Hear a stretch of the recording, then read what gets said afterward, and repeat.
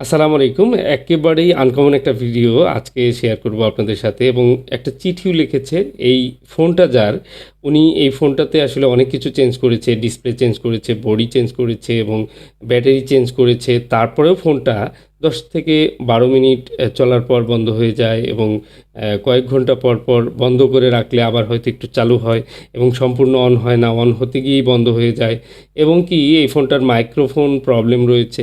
তো ফোনটা হচ্ছে ওয়াই 7 প্রাইম ২০১৯ মডেলের ফোন। আসলে অনেক পুরনো ফোন, কিন্তু তারপরেও এই ফোনটার পিছনে উনি অনেক টাকা খরচ করে ফেলেছেন এবং উনি চিঠিতে একেবারে রিকোয়েস্ট করে ওনার প্রবলেমগুলো আলাদাভাবে বলে তারপরে এই ফোনটা এখন ফাইনালি আমার কাছে রিপেয়ার করতে দিয়েছেন এবং এই ফোনটা এর আগে যারা কাজ করেছে বা দেখেছে, কি কাজ করেছে আমি জানি না। আমি ভিতরে পার্ট বাই পার্ট চেক করব, তবে মনে হয় হার্ডওয়্যারে তেমন কোনো কাজ করা হয়নি। এই ফোনটায় শুধুমাত্র হয়তো আসার পরে ডিসপ্লে খারাপ হয়েছিল। এ ধরনের পুরনো ফোনের ক্ষেত্রে আপনারা অবশ্যই সতর্ক থাকবেন। আজকের ভিডিওতে অনেক গুরুত্বপূর্ণ কয়েকটা বিষয় আপনাদের বলবো, সেটা অবশ্যই আপনারা গুরুত্ব দিয়ে শুনবেন এবং সেটা সবার জন্যই, টেকনিশিয়ান থেকে শুরু করে যারা ইউজার রয়েছেন তাদেরও অনেক কাজে দিবে। দেখুন, আমি প্রতিটা পার্ট একটু চেক করে নিচ্ছি, যেমন ব্যাটারি কানেক্টর থেকে শুরু করে ডিসপ্লে কানেক্টর, এই ডিসপ্লে কানেক্টরে ময়লা রয়েছে, তো লজিকের কানেক্টর সম্ভবত এটা। তো এই যে সাব পিসিবির যে কানেক্টর রয়েছে, এই ধরনের কানেক্টরগুলোতে একটু ময়লা থাকার কারণেই কিন্তু অনেক সময় ফল্ট করতে পারে। তো অন্যান্য জিনিসগুলো আমি দেখছি যে ঠিক আছে কিনা, বা পুরো মাদারবোর্ডে কোথাও কোনো কাজ করা হয়েছে কিনা। এখানে একটু সম্ভবত ওয়াইফাই অ্যান্টিনার লাইনে কোনো প্রবলেম হয়েছিল, এটা জাম্পার করেছে এবং বাকি সব ঠিক আছে, হার্ডওয়্যারে তেমন কোনো কাজ করেনি। তাহলে এই ফোনটা বারবার বন্ধ হয়ে যাচ্ছে কেন? অ্যাকচুয়ালি ফোনটা বন্ধ আছে না চালু আছে সেই বিষয়টাও আপনাদের সামনে শেয়ার করব, আমি ভিডিওতে দেখাবো। আজকে একটু সময় নিয়ে ভিডিওটা দেখবেন, আশা করি অনেক কিছু ক্লিয়ার হয়ে যাবে। মাত্র ১০ থেকে ১৫ মিনিটের মধ্যে আশা করি আপনাদের ভিডিওটা শেষ করে দেব। তো এখানে আমি যে সিপিইউ স্টোরেজ সেগুলো একদম ফ্রেশ রয়েছে, পাওয়ার সেকশন একদমই সিল করা রয়েছে, কোথাও কোনো কাজ করা হয়নি। তো এই ফোনটার যে নিচের যে সাব পিসিবির রেবনটা, সেই রেবনটার মধ্যে উপরে একটি ফোম ট্যাপ লাগানো আছে, তার মানে হচ্ছে প্রেস করে রাখতে হয়। এরকম হয়তো কোনো বিষয় বা লুজ কন্টাক্ট হতে পারে, এই ধরনের কোনো বিষয়ের জন্য মূলত এটা করেছে। তো আমি ভালোভাবে চেক করে দেখলাম এখানে রেবনের যে সকেট, সেই সকেটটি একটু প্রবলেম রয়েছে, যে কারণে মাইক্রোফোনের সমস্যা হচ্ছে মূলত। তো আমি বেসিক্যালি কাজ করব এটার যে পাওয়ার প্রবলেমটা সেটা নিয়ে। মূলত ওনার সেট বন্ধ হয়ে যাচ্ছে কেন সেটা আমার আগে ডায়াগনোস করতে হবে। 2.8 ভোল্ট ব্যাটারিতে রয়েছে, এই অবস্থায় আসলে ফোনটা অন হবে না এবং চার্জে দিলে হয়তো একটু চার্জিং শো করতে পারে। আমি দেখি চার্জ শো করে কিনা, এবং যদি শো না করে এক্সট্রাভাবে একটু ব্যাটারি চার্জ দিয়ে নিব। চার্জ দিয়ে তারপরে আপনাদের দেখাচ্ছি। অ্যাকচুয়ালি এই ধরনের ফোনগুলোর যে বিষয়টি আমি বলতে চাচ্ছি সেটা হচ্ছে যে অনেক পুরনো ফোন, দেখুন চার্জিংয়ের লোগো শো করছে, লোগো শো করে চলে গেল। তো অনেকক্ষণ চার্জে দিয়েছি, মোটামুটি 13-14% অলরেডি চার্জ হয়েছে। তো আমি একটু ফোনটা অন করার চেষ্টা করব। তো এ ধরনের যে পুরনো ফোনগুলো রয়েছে, বিশেষ করে ৫ বছর ৬ বছর হয়ে গেছে, সেই ফোনগুলোতে কিছু ফোন আছে যে এখনও চালু আছে, চলছে, এবং সেগুলোতে হুট করে কিন্তু কোনো প্রবলেম দেখা দিতে পারে। বিশেষ করে এই ধরনের ফোনগুলো যদি একটু নিম্ন বাজেটের হয়, বিশেষ করে যেমন ১০ থেকে ১৫,০০০ ২০,০০০ টাকার যে ফোনগুলো, সেই ফোনগুলোতে আপনারা এখন বড় ধরনের ইনভেস্টে যাবেন না।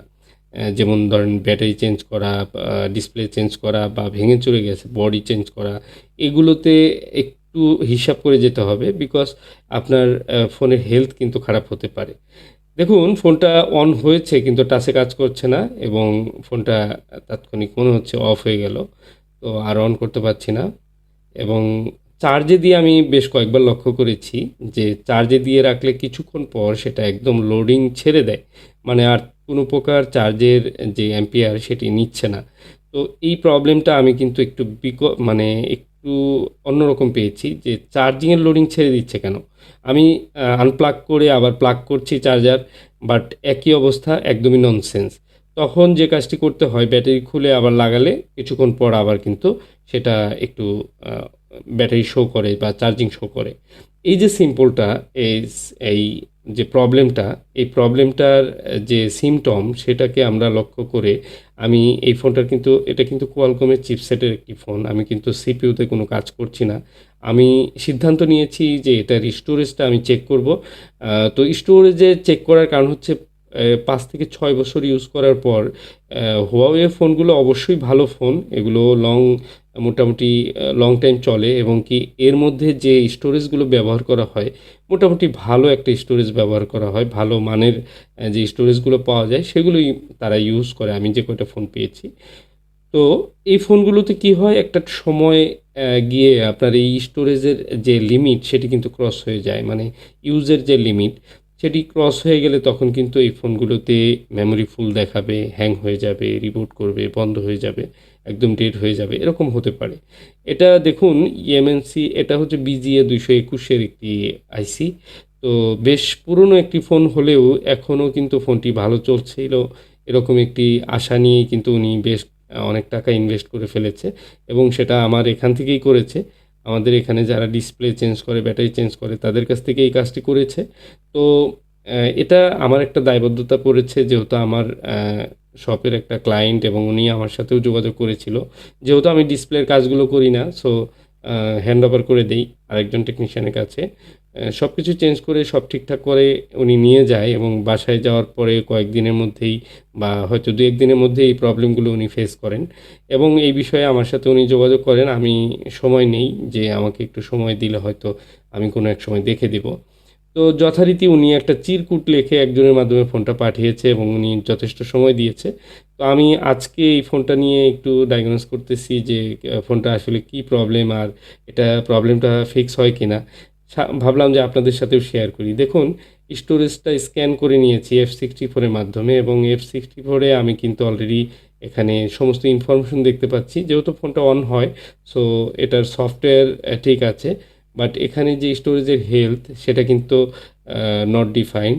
মূলত এই স্টোরেজের এসএলসি এমএলসি হেলথ খারাপ হওয়ার কারণে কিন্তু এই ফোনটাতে প্রবলেম হয়েছে এবং এখানে আমি এফএফইউ রাইট করে এটাকে রিপেয়ার করে নেব। আপনাদের দেখাচ্ছি এখানে সব কিছু ঠিক রয়েছে, পার্টিশন এখন 0 to 10% অলরেডি কিন্তু চলে আসছে এবং নর্মাল ইএমএমসি শো করছে এখন। এটা রিপেয়ার হয়ে গেল। মূলত এই কারণেই এই ফোনটাতে এই প্রবলেমটা হতো যে ফোনটা অন হতো না, অন হলেও চলে যেত, বন্ধ হয়ে যেত এবং একবার বন্ধ হলে বারবার অন, মানে লং টাইম আবার অন করা যেত না। অনেকক্ষণ বন্ধ রাখলে হয়তো একটু অন হতো। তো ওনার এই সমস্ত প্রবলেমের সাথে আসলে আমি একটু হিসাব মিলিয়ে দেখলাম যে এটা অনেক পুরনো ফোন, হতে পারে যে এই ধরনের সমস্যা হচ্ছে। সো এই ধরনের ফোনগুলো বা একটু পুরনো ফোনগুলোতে আপনারা যখনই একটু ইনভেস্টমেন্টে যাবেন, ২-৩ হাজার টাকা খরচ করতে যাবেন, সেক্ষেত্রে অবশ্যই একটু চিন্তার বিষয় যে আপনার স্টোরেজের হেলথ যদি খারাপ থাকে সেক্ষেত্রে কিন্তু এই ফোনটা হয়তো লং লাস্টিং করবে না এবং খুব শীঘ্রই হয়তো সেটা প্রবলেম দেখা দিতে পারে। তো এই বিষয়গুলো একটু চেক করে হয়তোবা দেখতে পারেন এবং কি এগুলো যদিও চেক করার যে মেথড সেগুলো কিছু, কিছু ফোন রয়েছে ইউএসবির মাধ্যমে আমরা চেক করতে পারি সেটার হেলথ। তো সবগুলো চেক করা যায় না এবং বেশিরভাগই স্টোরেজ খুলে চেক করাটাই বেটার। তো সবসময় আর চেক করার প্রয়োজন নেই যেহেতু ফোন ভালো থাকলে সেটা নিয়ে আমরা টেনশন করি না। কিন্তু সেখানে যদি একটা কোয়ালিটিফুল আইসি থাকে যেমন স্যামসাংয়ের যে ইএমএমসিগুলো থাকে বা এসকে হাইনিক্স, মাইক্রন এগুলো থাকলে হয়তোবা আ আমরা F64 এর মাধ্যমে রিপেয়ার করে সেগুলোকে আবার সচল করতে পারবো। বাট কিছু, কিছু এমন চাইনিজ ব্র্যান্ডের যে ইএমএমসিগুলো আছে, ইএমসিপি, ইএমএমসি যাই বলি না কেন, বিভিন্ন এগুলো এত খারাপ, এত লোকাল, এত নরমাল কোয়ালিটির 4C থেকে শুরু করে বিভিন্ন মানে ব্র্যান্ডের, আমি আর নামও বলতে চাচ্ছি না। এগুলো হয়তোবা মানে দেখতেই মনে হয় যে এনিটাইম খারাপ হয়ে যেতে পারে। তো সেই আইসিগুলো যে ফোনে থাকে সেই ফোনগুলো কিন্তু আমরা ওইভাবে রিপেয়ার না করাই ভালো। দেখুন ফোনটা আগে আমি বেশ কয়েকবার সেটিংয়ে গিয়ে শুধু মডেলটা চেক করার চেষ্টা করেছিলাম কিন্তু পারিনি। আমি অনেকবার ট্রাই করেছি, পারিনি। যদিও ভিডিওতে আপনাদের সম্পূর্ণ দেখানো সম্ভব হয়নি। কিন্তু এখন দেখুন একদম ক্লিয়ার। আইসি রিপেয়ারের পর ওনার যে ডকুমেন্ট সেটিও কিন্তু ঠিকঠাক আছে। আমি স্টোরেজ এখন চেক করছি। স্টোরেজের ওনার যে ইউজ হচ্ছে যে ডাটা ছিল সেই ডাটাগুলোও ঠিক আছে।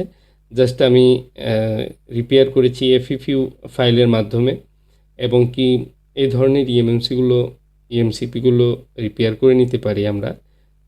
দেখুন এখানে ওনার যে ডকুমেন্ট সেটাও কিন্তু ঠিক আছে।